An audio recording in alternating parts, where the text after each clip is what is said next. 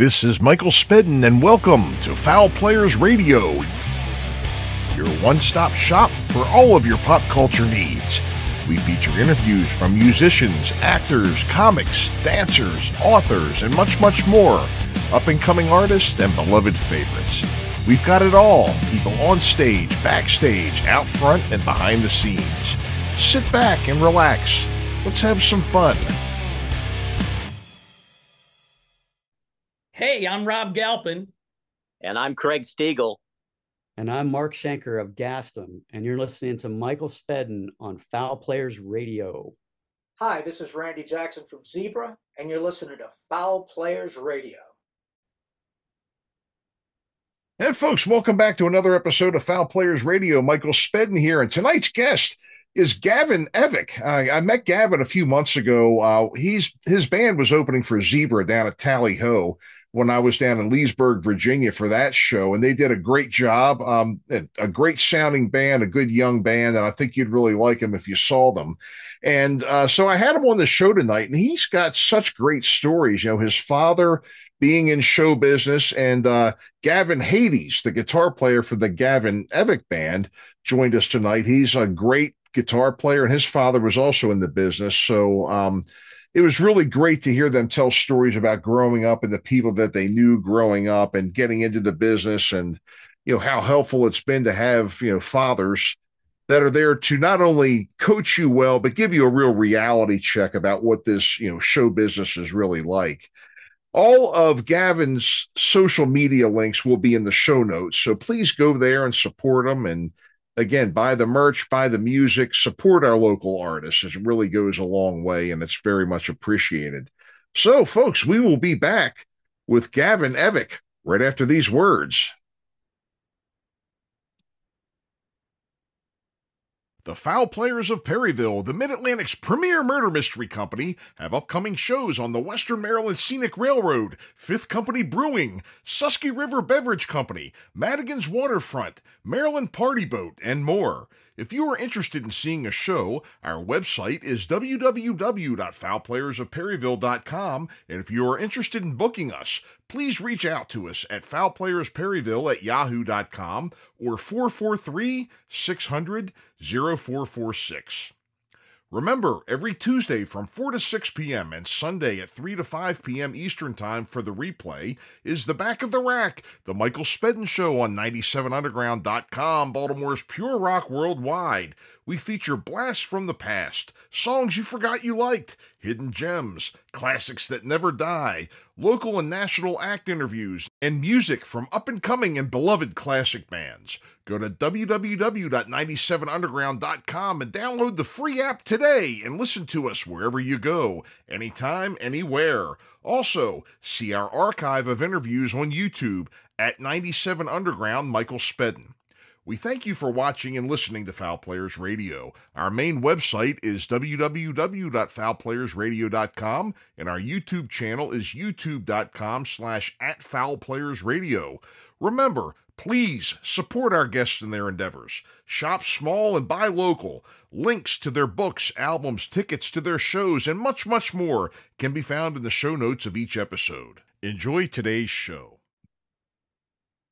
Hey, this is Brian Damage from Kicks and Rhino Bucket, and you're listening and watching Fowl Players Radio. Go. And welcome back to Fowl Players Radio. Michael Spedden here. And I have a very special guest this evening. We have from the Gavin Evick band, we have Gavin Evick.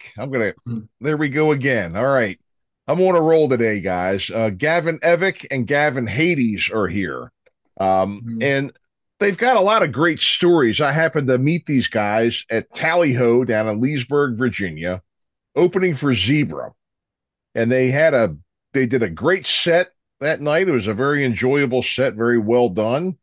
And I happened to connect with their manager through the station, and I'm bringing them to you this evening to enjoy, to see, to learn all about, and to enrich your lives with knowledge about what is the Gavin Evick band. So welcome, gentlemen. Good to see you all tonight. It's good to see you too. I'm excited to do this podcast tonight. Looking forward to it. I'm glad to have you here because if there's anything that I love are great show business stories. And I think it's just completely awesome that you guys at your age have got an encyclopedia full now. Just Yeah, wait till we talk to you in 20 years, 20 years from now that Gavin hasn't even been alive 20 years. Wow. Boy, I tell you, that's just well, I have a couple of times actually. Almost on my way to my third time. So yeah, Mhm. a little bit of an age difference here. But you know what? It's good. It's all good. So tell us first of all, about the Gavin Evick band that I saw in Leesburg. Again, a great set. So how long have you been doing this? We've been together for coming up on 2 years. Okay. I released my first song called Favorite Songs, um, August 25th, 2021. That's Mm-hmm. when it kicked off because it got a lot of publicity and a lot of people were kind of telling me, dude, you got to get a band together. You got to do this live and all that. Because at the time, it was just me and my dad. We made Mm-hmm. the Right. song. There was no live band. We made it here in his home studio and it was taken off. It got a lot of publicity. And then I spent the next few months making a band. Mm-hmm. And then we had our first live show in January 14th. And after that show, it was a decent band. It was fun. We got the job done. We did a few covers. We played favorite songs for the first time. But then I knew that we need to take this a little bit more professionally because I Mm-hmm. mean we're all just kind of local guys, and that's when I said to myself, it I don't care about it being local.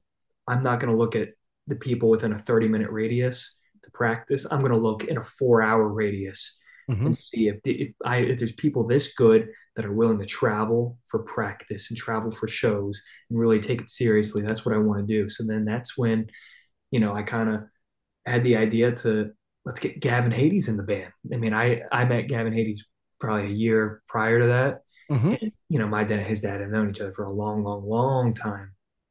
And I knew how amazing he was. And he was 14 or 15 at the time and already playing on stages in front of 15,000 people. You know, Wow. like That, I met mhm. him when he was 14 playing on stage with my dad. He played Nothing But a Good Time with my dad and Brett at Ocean City Bike Fest. Oh, wow. And that was like 15,000 people, I believe.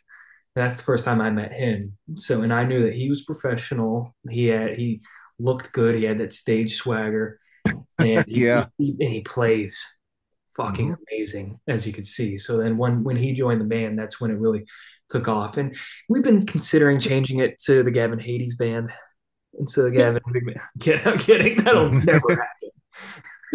Damn. Yeah, but then that's when it kind of took off, and we've been a band for it, about a year and a half, almost 2 years since then. Mm-hmm. Well, great, great. Mm. And it sounds like both of you having fathers in the business. Mm-hmm. I guess it's been I, I guess that's a good thing to have. Not Yeah. that your father can go out and pull all kinds of strings and throw you up on stage and make you an instant millionaire. But Mm-hmm. I really think, and I can tell by the fact that you're doing this well, especially Gavin Hades at your young age, that, Mm-hmm. and I could tell that both of your fathers, you know, really drilled home the discipline and the non-glamorous side. How you make the sausage, how the sausage gets made before you bring it out onto the stage, and Mm-hmm. probably really instilled that end of it with you first, right? Mm-hmm. Yeah, Gavin Hades, right? You were asking Gavin. Yeah. Well, both of you can chime in, but Well, first Gavin Hades, yeah, yeah. it's important with me and Gavin, being in the place that we're in, Mm-hmm. like you said, having parents that don't just that maybe I'm gonna put this the wrong way, but don't just like believe in your dreams to a point to where it's unrealistic. Like both Mm-hmm. all of our parents and everything, everybody that's involved believe in us 100 million%, but they don't put faith in us that we kind of blindly follow. They let us know how it really truly is. Oh yeah. I think that's the most important thing Mm-hmm. you can have going into this kind of life, because as much as it is glamorous and, playing songs that people like and having fans and all of this and that, it's just as much the harder side of it. Who can you fully trust in the music industry? Not a It's Mm-hmm. lot. it's hard. It's a difficult life for sure, and it's important to have parents like mine and Gavin that are gonna be there for you when those times come, and let you know that those times are going to come and you're not going to be ready for them. Yeah, I mean, Gavin could back this up too. This is kind of on the same subject, but a little bit of a different answer. Um, we'll do amazing, awesome, massive shows in front of thousands of people sometimes. Mm-hmm. We've played in an arena before, and the first thing I fucking do when we're done with the show is I run off and I find the first person whose opinion I trust, first musician, whether it's my dad, if he can make it, or Gavin's dad. And I say, what did I do wrong? And what can I do better next time? I don't soak up. If I do that amazing high note in Still of the Night, I don't give a shit. I care about that one flat note I had. Yeah, And so, right, right, yeah, right. and same with Gavin. You have to beat yourself up, Mm-hmm. for every little thing. And that's where coming in with parents being musicians, you learn to kind of be a perfectionist because you kind of have to be in this world, especially in the world of backing tracks and click tracks and us being a live band.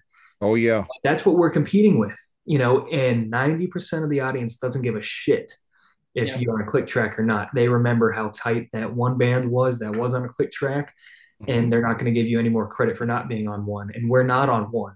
So we have to be super, super tight because that's who we're going up against. Mm-hmm. But, coming from, a family of musicians, you learn to be perfectionists. And I go to them the second the show's over, I go to them to understand their opinion because I want to be hard on myself. I don't want to be like, hell yeah, I just played a fucking arena in front of thousands of people.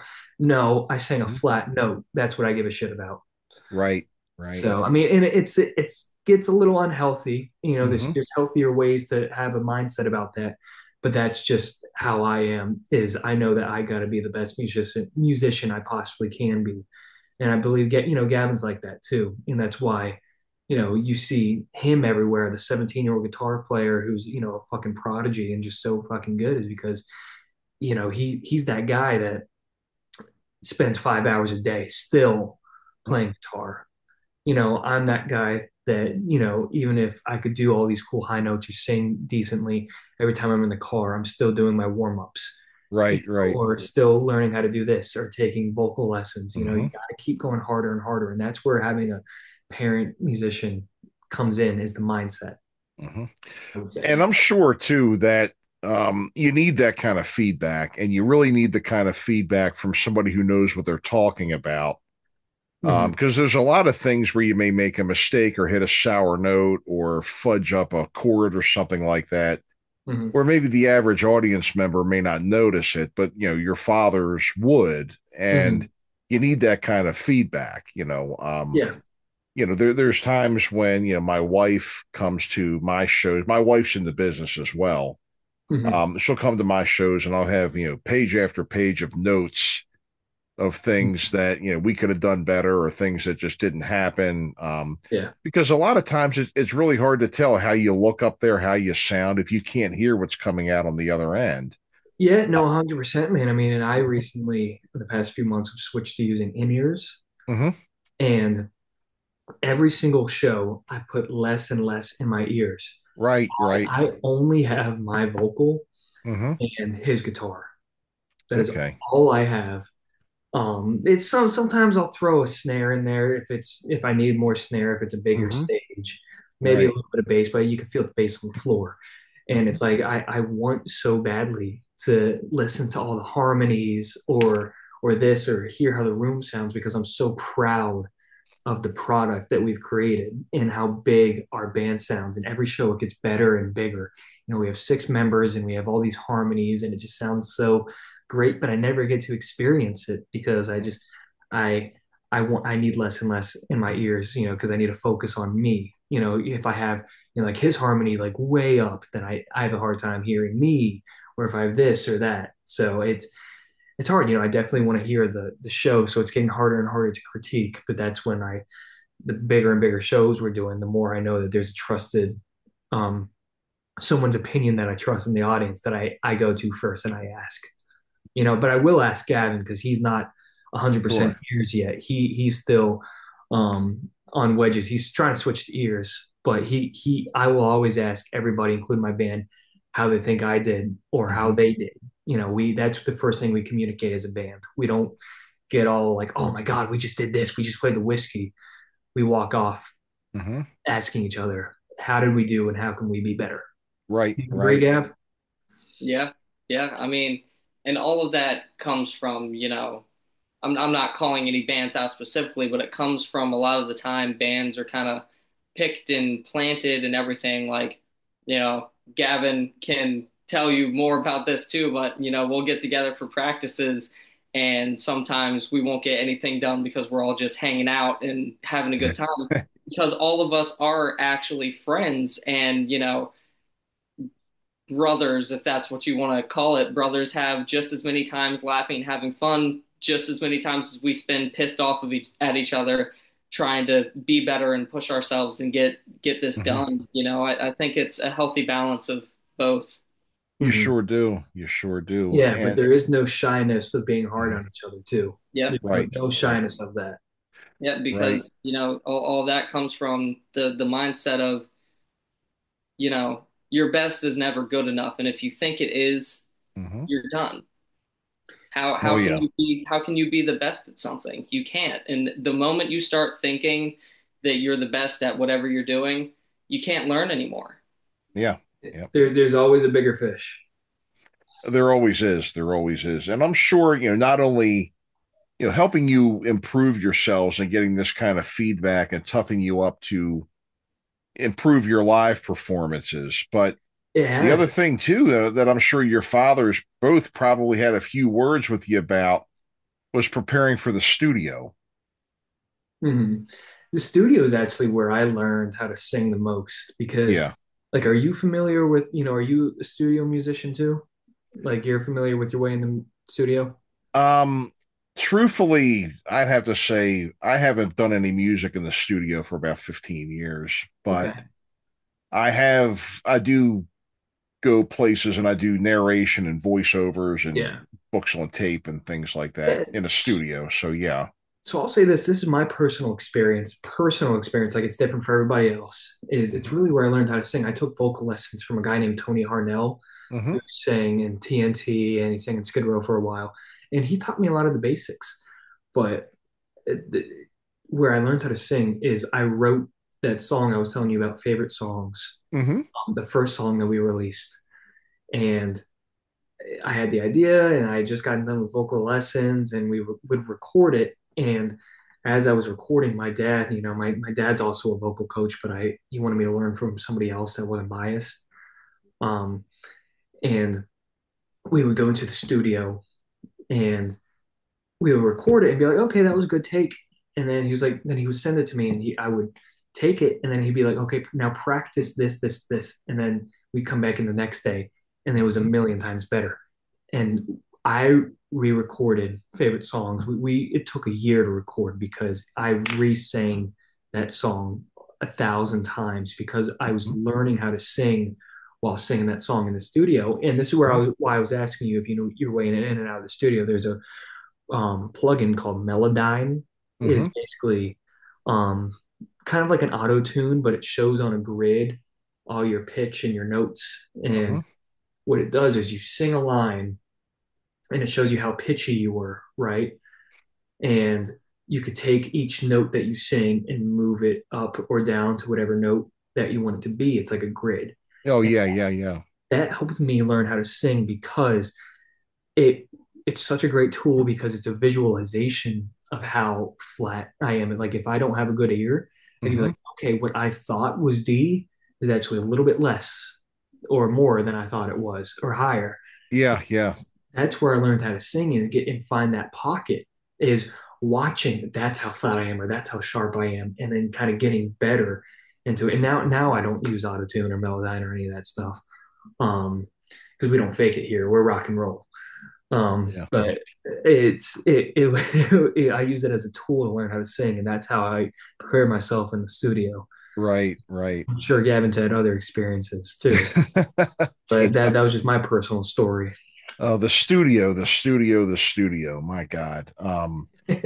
Getting yourself, preparation for the studio. And, I was always one of those guys myself. And I don't know if you agree with this. Mhm.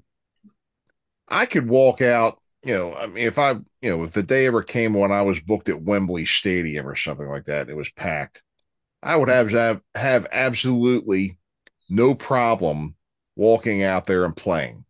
Mhm. I would have absolutely no problem going out there and doing improv comedy. But Mhm. put me in a studio, my God, it's like I turn into Robert Hayes at the end of Airplane. I'm Oh, it's sweating, hard. I'm nervous, I just Mhm. and that was always a problem for me, no matter how much we prepared, no matter how much we were playing with click tracks and the band was together, I would completely fall apart, Yeah, I you know. mean, being live perfect is way Hmm. different than studio perfect. Yep. Anybody can attest to that, dude. I mean, it you could play a solo live, right, Gavin, Hmm. just be so fucking amazing and so perfect. But Hmm. you come to the studio, then you got to do it like a million times. Not you Hmm. personally. I'm just saying, like in general, like I got to sing a line a million times. I'm sure you got to do a solo more than once. Oh Right. yeah, yeah. That it's super humbling when you're in the studio recording something and you're like, that was the take. And without skipping a beat, the engineer or whoever's behind the board deletes it right in front of you and says, do it again. That shit Hmm. was ass. And that happens for the next 3 hours with Hmm. every single band member. No amount of preparation is enough. Maybe the first time going in the studio, I should be referring to more. No amount of preparation is enough. Getting that first experience, being in there, because it's a completely different environment than anything else. It is, it is. And the thing that used to drive me up the wall was that when I first went in, it was tape. And whenever you would play something, they'd always rewind it, and let you hear it. But there was another time we went in, and this was later on, probably around '09 when things went digital. Mhm. And we went in, and the engineer's like, click, okay, do it again. I'm like, well, what did I do wrong? Can you let me hear what I did wrong first? It sounds like what was that? The definition of insanity, trying to do the same thing over and over and hear and get different results. But Yeah, if I yeah. can't hear what the problem is, first of all, Mhm. um, that was always something that just, ugh, gosh, I have nightmares about it. You know? Right. Yeah. And a lot of times too, I mean, that's how filming a movie is or a TV show. Mhm. You guys had, seen Gotham. I mean, the scene that I was in Gotham, I think the amount of time that my scene was on that show may have been about 8 minutes, but it was 2 full days, from Yeah. 6 a.m. to 10 p.m. or something like that filming. Yeah. Oh, dude. I mean, it's Yeah. Young Law Free is a 4 minute song, and it took us Yeah. months to get right. Hmm. But it's the same thing with practice, and it's or a little bit different. But at Hmm. practice, when we did that arena show that I was telling you about, we wanted to Yeah. do a really, really big song that's super hard that a lot of people Hmm. don't have the balls to do. And we were doing Still the Night. And Hmm. and it leading up to it, it took a long time to get that song right because your band's got to be so tight to do that song, especially that middle section in that Hmm. song. It gets wobbly, it's hard to do. And we were doing it for like even if our set was like 6 songs or something like that, we were just doing Still the Night over and over again for like 2 months. Mm-hmm. And there'd be one practice where we finally had broken it and we had gotten it right. Mm-hmm. And we did it like 3 times in a row. Perfect. And then we ended. And I said, all right, again. And to the point where some of my band members questioned me, like, why are we doing it again? Why? We had it perfect the last 2 times. And I said, I don't give a shit. You do it again and again Yep. and Yep. again. Mm-hmm. We got to be perfect. It doesn't matter the one time you do it good. That's where a lot of band members and like guitar players or drummers, get it wrong, and why they come in unprepared. It's like you do it one time right, practicing it on your own. That doesn't mean you're ready to do it live, because you can mess up. It's got to be, Mm-hmm. wired in your brain. So just again and again and again, and it'll take us a long time just to even add one song to the set, because Mm-hmm. when we do it, we're not going to add a song that we're going to do sloppy in the set. We're going to add a song that we do tight, Yep. super tight. Yep. You know. Yep. Yep. When it comes to that too, yeah, and a song like that, that's a pretty, that's got some riffs in it. That's Yeah, a riff it's got based like song. 4 different riffs in it. Yep. And it's tricky. It's definitely tricky. I mean, I've never played that song, but I can see it's a tricky song to play. Mm-hmm. And it was, kind of like, learning a Rush song. A lot of people were playing Rush when I was coming up, Yeah, and it's like some of these Rush songs were just like a project.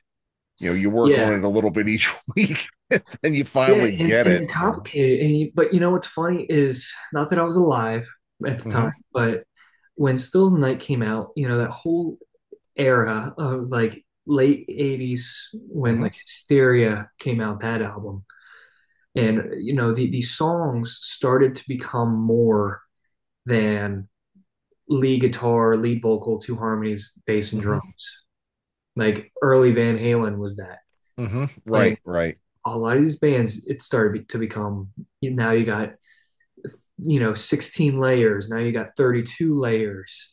So we're coming into a world trying to be a live band that doesn't use backing tracks respectfully, Hmm. while doing these songs that, let's just say they have like 4 different keyboard parts going at the same time, and you don't realize it, but that's what's happening. And like Still the Night has like 3 or 4 different keyboard parts. Even Hmm. during that middle section, if you really, really listen to it, and I'm going to talk all producer mode right now, that middle section, you got, the drums keeping a beat, but that keyboard part is this strings combined with a synth combined with a vocal, like going Hmm. all at the same time.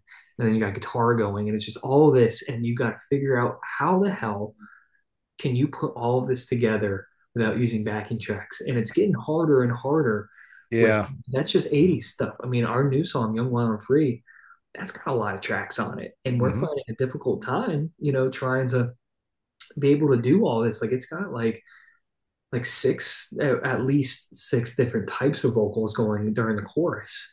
And it's fascinating and challenging in a good way to try to bring these songs to life. And I'm enjoying, a lot of people like, oh, a band is 4 pieces. I'm enjoying having the 6 piece band because it just makes it sound big and full. And Gavin Yeah. can say that too. I mean, Hmm. we sound our best when we have all 6 members, right? Yeah, absolutely. It's so Yep. tight. Yep. So you told me, tell me a little more about the whiskey show. Is it? Yeah, You mentioned the Faster Pussycat. Had you played there other times, or was it just this it one? was just that time because we're on the East Coast, so we actually Yeah, did right. a run. We did a run out there. We actually started the run. Hmm. We played a club in Las Vegas the night before Oh, called Vamped.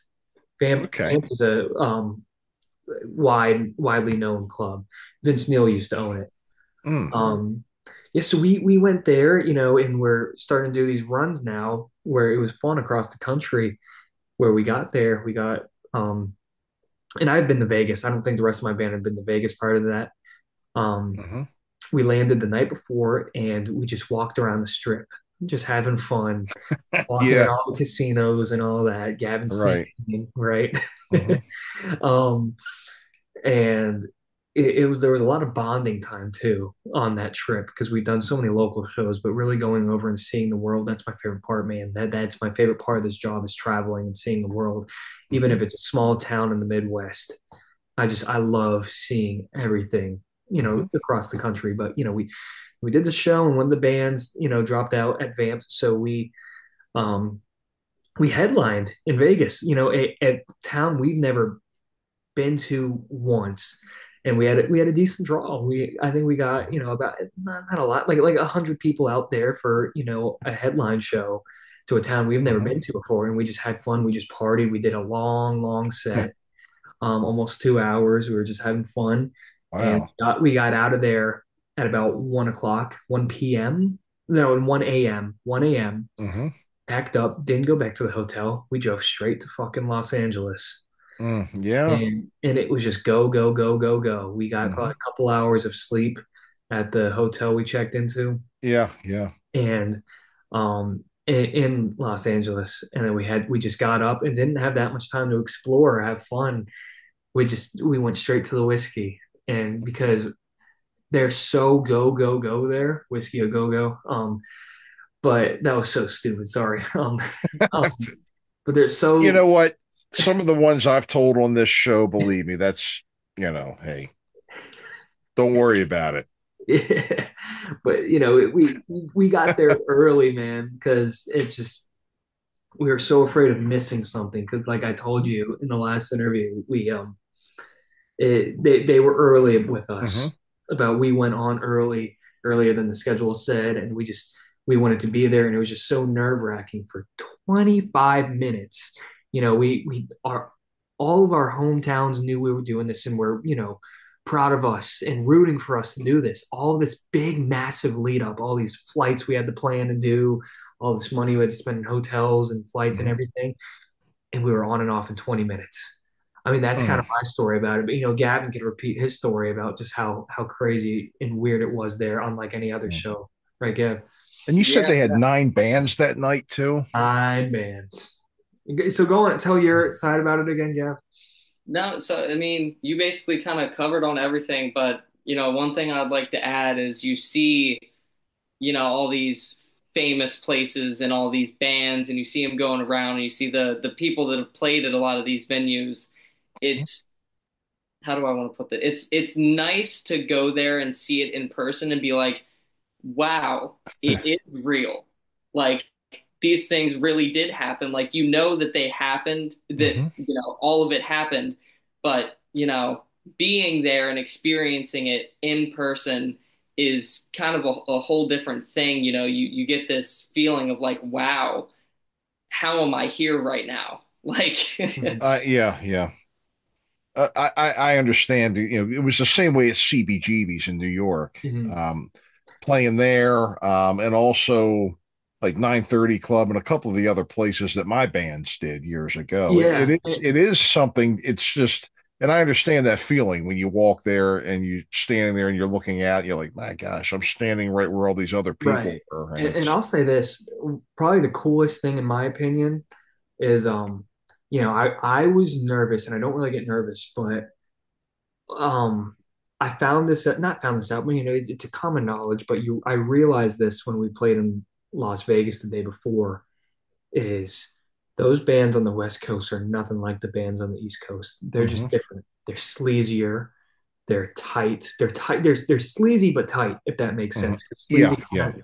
kind of means dirty, but it's not Hmm. in a grunge way. They're really tight, and they Hmm. do this like they live it. We got to the whiskey, and there were kids our age dressed up, with the Hmm. hair all poofy and like in bands and stuff, and Hmm. you could tell they've been doing it for a long time. So it was a little intimidating. Like we're this East Coast band that where we have a bigger sound. Like there were those 4-piece bands like the early Van Halen shit or the Faster Pussycat where they're good with their 4-piece, but we're different. We're a different sound, and we were nervous.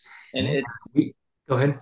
I didn't want to cut you off. I was just saying it's a good way to put it is, the dynamic between us and the West Coast kind of bands is we walked in, two blonde kids, big ass smiles on our faces, and we walk in and all of these black haired skinny dudes with cigarettes in their mouths turn and look at us, and we're just sitting there smiling like Yeah, but I'll Oh. say this: the best feeling I got was after being intimidated. You know, the second the set was over and it got done, I heard in the audience somebody scream, "Now that's how you fucking do it!" Right after we got done. Oh, great. And all the other bands came up to me or us and they were like jaw drop, like, "Oh my God, you guys were so amazing." And I'm not saying this in like a, oh, I'm soaking up in it or being cocky about it because I was really intimidated by it. But, they Faster Pussycat, their drummer Chad, he told me, he's like, "Dude, you guys should not have been this early on the bill. You guys are light years ahead of all these dumb motherfucking bands." He said that, not not me. I probably shouldn't have said that, but Oh. it's like they're like, these guys haven't seen what a real tight band is, and all these guys are just messy and sloppy, and that's not Chad saying that, just other people saying that throughout the night. He's like, "You guys were so amazing, such a fresh feeling, from these other bands that, kind of have a lot of the same sound." And it was a great feeling. The bands that I was intimidated to play before coming up to me and almost seeming intimidated by us. Yeah. Yeah. That was a great satisfied feeling. And I preach this: never be satisfied, never be satisfied. You always got to work harder. But for a second, I could actually take a breath and feel, I don't want to say appreciated, but feel like all this hard work kind of paid off. Yeah. Oh, And, yeah. Yeah. You, you you, know, you got something in return, which is a great thing, yeah, and I've never actually had this conversation with you either, Gavin, but I mean, I don't know if you got the same sense of that after the whiskey and kind of Yeah, I intimidation. did. And to touch on what you said with the difference in the East Coast and the West Coast bands, how they're sludgier, if that's how you want to do it, and they want to put on the image of that they've already made it, kind of. And obviously that's what everybody wants to do. That's what you have to do. you Mhm. know I've always thought about it. You guys may think of it differently. I've always looked at it as we're not a band, you are not a crowd, we are just all here kind of for the collective reason of that we like to have fun and we want to party. And so when we get on stage, we convey that. Mhm. We're not standing there looking at the ground the whole time. We're looking at the crowd, pointing at people, smiling, jumping down, singing lyrics with people. Like, Oh yeah, we're there equally as fans of all of this, just like yeah. everybody, you know? We did shout at the devil there, right? We weren't going to do shout at the devil, but I felt it was just appropriate to. We decided last second, like really last second, to do it. And I said to the audience, we're from the East Coast, and this is our first time playing at the Whiskey. How many of you guys have been here for 40 years, seeing all these bands like Skid Row, Motley Crue, Poison, and everybody was just cheering. And I said, can we, for the sake of us being here, can we do one of those songs by one of those bands? And they all cheered, and we kicked right in the Shout at the Devil. Mhm. And all of a sudden, a room full of 300 people sounded like an arena during Shout at the Devil. Everybody would just shout, shout. And you just feel the all of us spiritually just connected. We, like Gavin said, we weren't a band. You weren't the audience. You're not black. You're not white. You're not Democrat. You're not Republican. We're just fans Right. of music. Mhm. We're just all fans of music, and we felt it there. Yeah. Yeah. Well, that's great. That's great. So, you had mentioned earlier too that you would spend some time on the road with Mhm. your dads, traveling and, while they're out touring and things like that, Yeah. you had some opportunities to come along. Tell us a bit about that. This is interesting to me, Yeah, I you mean, know? ever since I was a kid, man. I mean, I definitely did it more the older I got because the more I Mhm. was able to appreciate it. Yeah. Yeah. You know, I grew up with my dad on the road, and And I knew when he would come home, or like everybody would, how do I put this? I knew what my dad was doing when he was out. He wasn't just out and not, being here. He was out working and being a fucking rock star. And that's what I was able to tell all my friends is like, oh yeah, your dad's going to this 9 to 5 in DC. All respect. My dad's out on the road, being a rock star and being able to go on and take pictures with them, with everybody. And what's funny is the coolest stories I have is realizing who certain people are and knowing a lot of people as my dad's friends before I know who they are. A great example is Eric Brittenham of Cinderella, the bass player of Cinderella. I grew up knowing him as, Uncle Eric. He was one of my dad's best friends. I didn't know a single Cinderella song when I knew who he was, before I knew who he was, He was the bass player, right? Yeah. Yeah, that's right. Yeah. I grew up, the coolest thing is meeting all these people without knowing how significant they are and knowing them as my dad's friends. Interesting, huh? All these people, the Cinderella guys, Tom Kiefer, I got Tom Kiefer's phone number. I got, God bless him, CJ Snare and Jack Russell too. Growing up knowing them and, the Warrant guys too. We were able to open up for Warrant because I grew up with those guys. They've known me since I was a baby. So it would be cool every spring break, every summer, all that. The one thing I would want to do is go on tour with my dad, even if it was in the Midwest. I don't give a shit. I don't give a shit if it was Ohio, Iowa, some farm town, small country, thing. It doesn't need to be Hawaii. It doesn't need to be the beach. I don't care. I just wanted to go on the road, and that's what we would do. My favorite thing would be, sleeping on the tour bus. I thought it was cool to do that as a kid, traveling along, playing, one night playing at this, just kind of dead end town and then driving through the night and then ending up, playing the show in front of 10,000 people the day after, or watching, not me, but watching my dad do it. And it was fun, because I would experience how the music industry worked even before I wanted to do it. Like I told you, I didn't want to do it until I was 17, but I've been exposed to it my whole life and understood how behind the scenes worked. A lot of kids, they, play guitar and then they get into this world and they have no idea, like it's a different fucking world. Doing these shows and going on tour and, oh, what's a stage plot? What, you have to advance the show? Oh, what's this? What's that? But that's where my experience comes in the hand is I grew up on the road with it. And like I said, the most humbling experience, the most humbling thing in the world was being able to say that I would fly on a private jet with Bret Michaels and my dad from like Las Vegas to LA. And then on like Saturday. And then on Monday, I'm back sitting in class at 9 a.m. It truly was the most humbling and weirdest experience, because how the hell are you going to tell the kid sitting next to you in class that you were on a private jet 2 days ago? It's almost like I mean, everybody believed it because I had photos to prove it, but it's almost like you go on these crazy stories. Like, I don't know, this might be a bad example. But do you know the show Phineas and Ferb? Yeah. It's it's like they do these crazy things. And then their sister tries to tell on them, and their mom's like, "Oh, I don't believe it. They can't do this. They can't do that." That's what my life was, man. I grew up doing such cool shit with my dad and Brett, and it kind of shaped me into who I am today. Kind of not rich, not poor, but doing everything. And, somebody that just lives that life. A rich kid that was born into it, just doing that stuff.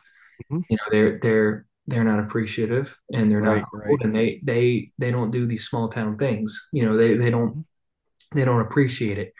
And me living both lives, I'm able to kind of get a grasp from this is how they do things and this is how we do things, and kind of melding them together. And that's kind of shaped who I am as a person. It's kind of growing up on the road with my dad and experiencing all walks of life. This is how the Midwest lives. This is how the East Coast lives. This is how Californians live, the South.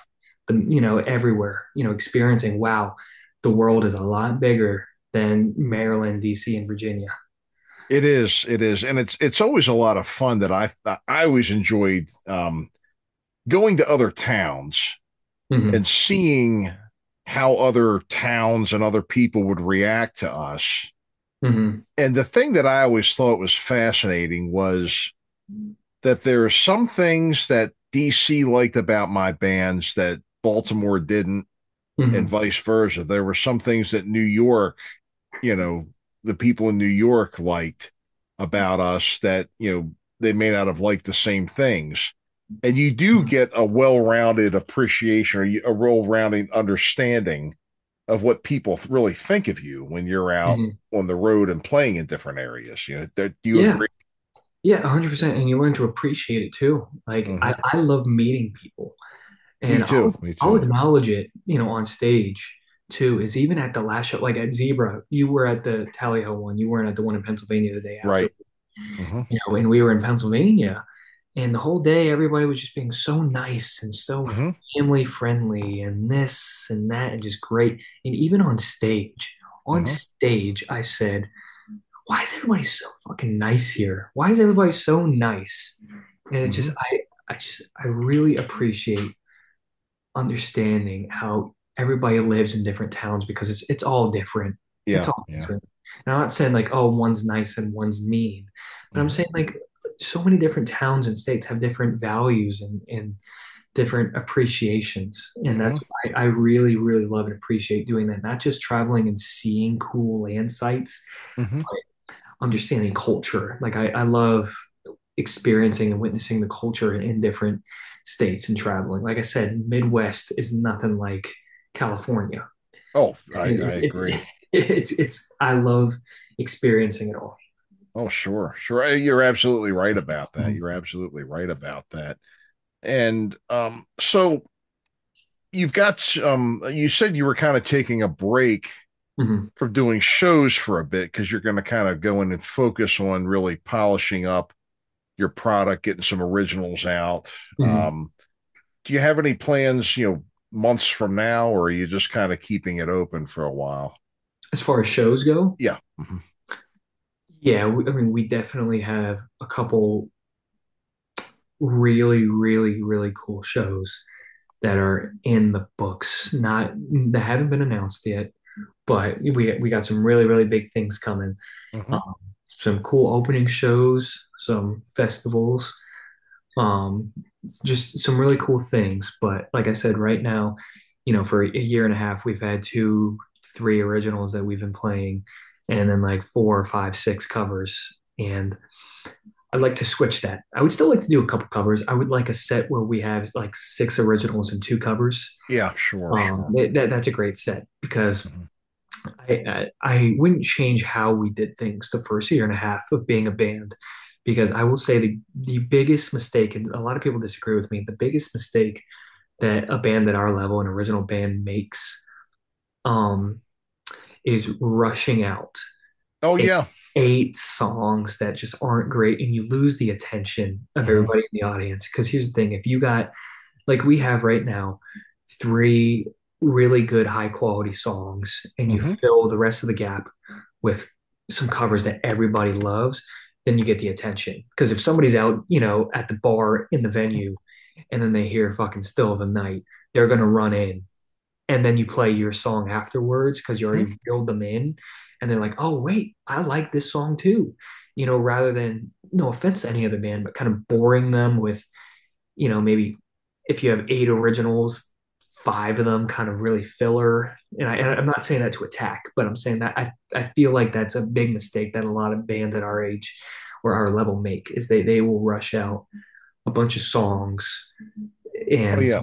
some of them will be kind of lower quality. You'll get a couple good ones, but we're doing things at a slower pace right now, but not a lazy Yeah. pace, a quality pace, quality over quantity. And like I said, and Gavin can agree with this, we have four more songs in the chamber right now, four or five actually. And each one that we've done, we're like, oh, this is the one. This is the song. This one's going to be amazing.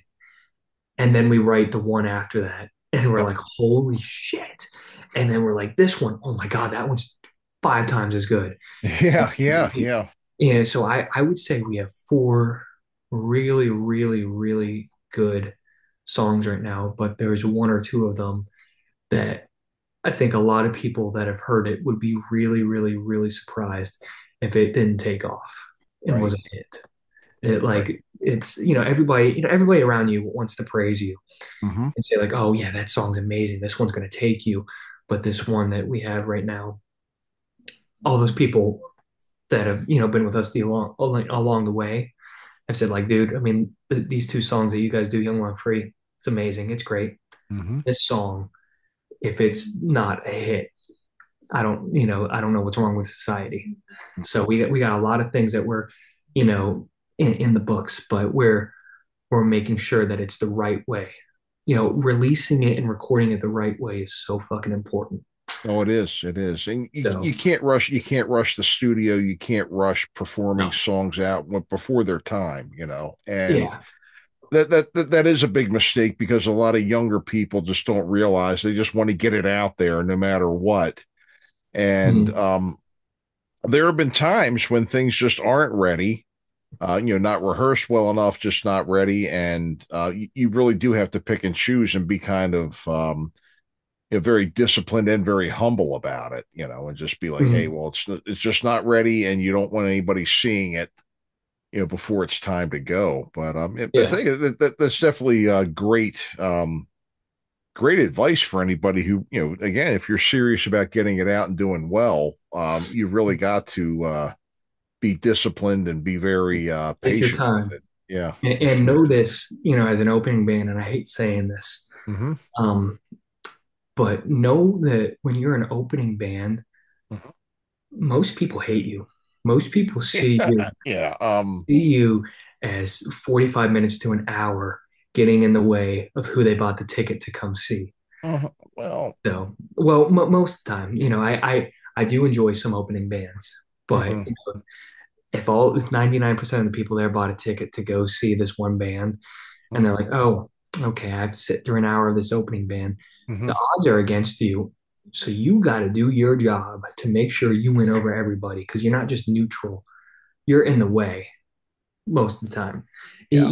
Yeah, you might disagree with that, but it's my perspective of you're in the way, so you got to do work extra hard to win over that audience, and that's what Here, our mindset is. here's what I'll say to that. Hmm. There are two groups of people that are coming out to see you. Hmm. There are people that are musicians that understand what it takes to put something like this together. If it's not good, they'll be hard on you, but they're not going to give you a hard time for being the opening act because a lot of times when you're a musician, hey, this is what I want to do too. The people that give you the hardest time about that, and oh, I don't want to deal with the opening act, I don't feel with it, they're the ones I just call them consumers Yeah. because they're the people that watch American Idol. They're the people that don't understand anything about what it takes to put something like this together, to be behind the scenes, to prepare. They just know they're buying a product without any thought as to what goes into it or any appreciation or, oh, yeah, that guy's just an opening act. They're a damn good Mhm. band. They put Yeah. on a good set out there. Pay attention, Oh, but I yeah, agree, man. I you know, saw Steel Panther at Ram's Head, right? yeah. Not too long ago. Were you there? Or You know what? The one thing that's kind of tough is the fact that I'm an actor, and um, it's hard to it's just like with you playing in your band, your buddies are playing, you're playing. You yeah, can't go all the time. And that's yeah, kind of yeah. what happens to me a lot of times with and a couple of people have gotten upset with me over that too. Just Mhm. over at 97, they wanted me to come out and I just couldn't do it because I had a booking, Yeah, you can't make so all of them, you but really just can't do that. But yeah, I yeah, didn't go to Steel Panther. We were supposed to. right. So I went to go see him at Ram's Head, and there were two opening bands, Mhm. right? And me being an opening band, I appreciate opening bands. Oh yeah, Um, yeah.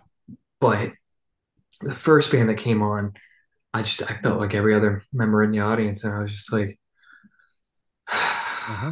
I gotta wait 2 hours to see Steel Panther, don't I? Yeah. And I hated saying that because I appreciate opening bands, but a lot of the time you just like, okay, I bought tickets to see Steel Panther, or I didn't buy tickets, but you people bought tickets to see Steel Panther or the band that they're going to see. But then at the same time, um, the band after them, the direct support to Steel Panther, and this was when I was feeling tired and just wanting to see Steel Panther. They blew me away. Yeah, yeah, It was a band named Crowbot, and yeah. they they were so good. I enjoyed them more than I enjoyed Steel Panther. Hmm. And that happens sometimes. And we've been told that sometimes that, people have Hmm. enjoyed us more so than the headlining band. Right. And it's Well, what happens. That's why you got to win them over. And that was a hmm. great example of what to do and what not to do. That first opening band did not win over that audience, but the second opening band did their job and they won over everybody, Yeah, yeah. you know. Well, that's great. That's great. Well, and again, getting out there and opening and doing again, I could tell you pages and pages and pages about not only being talented enough, being good enough, getting out there, putting on a good show, making sure the show's right. And then another big obstacle to success is mentality, Yeah. because of the mentality, and I hate to say it, the mentality of the people you're performing for. Like, Hmm. yeah, I'll tell you a frustrating story.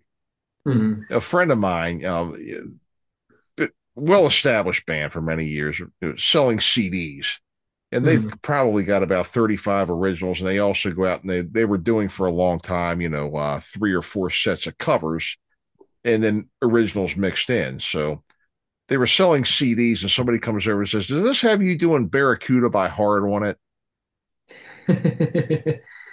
No, no. Why would you ask that?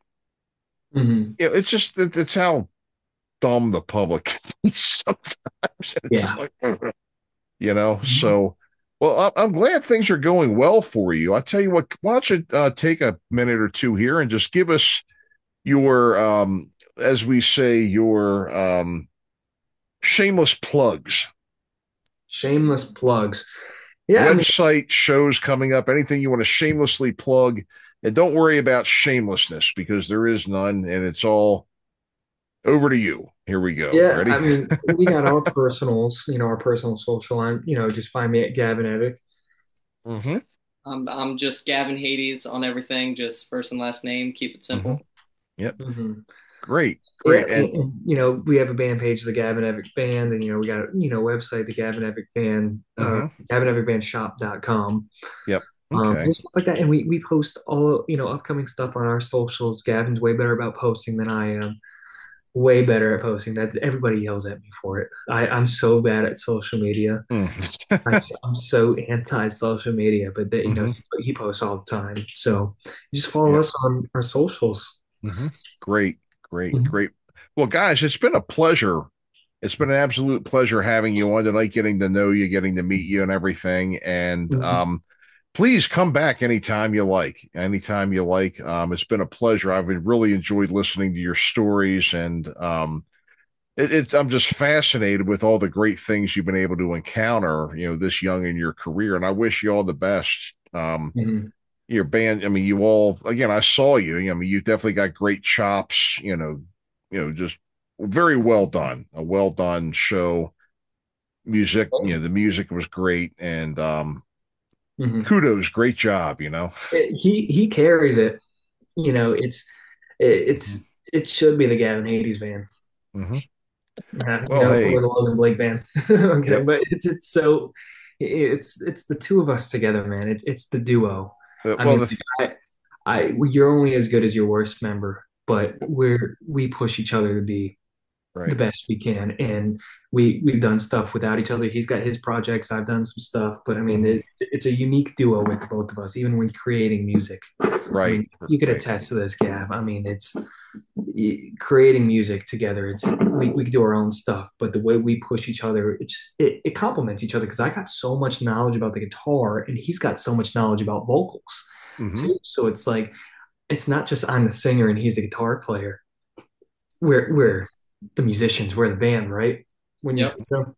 Oh yeah, absolutely. We'll go into, whether it's his little, garage studio or, my band room and, we won't come out for hours and hours and hours. We won't eat dinner and, time will go by and it'll be like, man, everywhere is closed and we didn't go to the store. Let's work on this song more, I guess. Like Yeah. we get Yeah. together and we write, and it's like Gavin said, we push each other to make the best product we possibly can. I think Yep. that especially comes through when we're on stage. Yeah. Well, awesome. Awesome. Well, guys, it's been a pleasure having you. Folks, you've been listening to the Gavin Evick Band. We've had Gavin Evick with Gavin Hades tonight, the Gavins. And, again, it's been a pleasure, guys. And check them out. Check them out. They're well worth seeing. They put on a great show. And I'm sure we're going to be hearing great things from these guys in the future. So, again, thank you all for listening, and we'll see you next time. You're listening to Foul Players Radio. Folks, thanks again for coming and joining us tonight. Had a great time talking to Gavin Evick and Gavin Hades, both from the Gavin Evick Band. A great time talking to these guys. They had such great stories, and I really hope you enjoyed it too. Remember to support our guests in their endeavors. All of Gavin's links are in the show notes. And remember, with Foul Players Radio too, show us some love. Hit that like and subscribe button. Tell a friend. Listen to our podcasts. And we will see you all next time. We thank you all for your support this year. And we will see you later. Michael Spedden, signing off.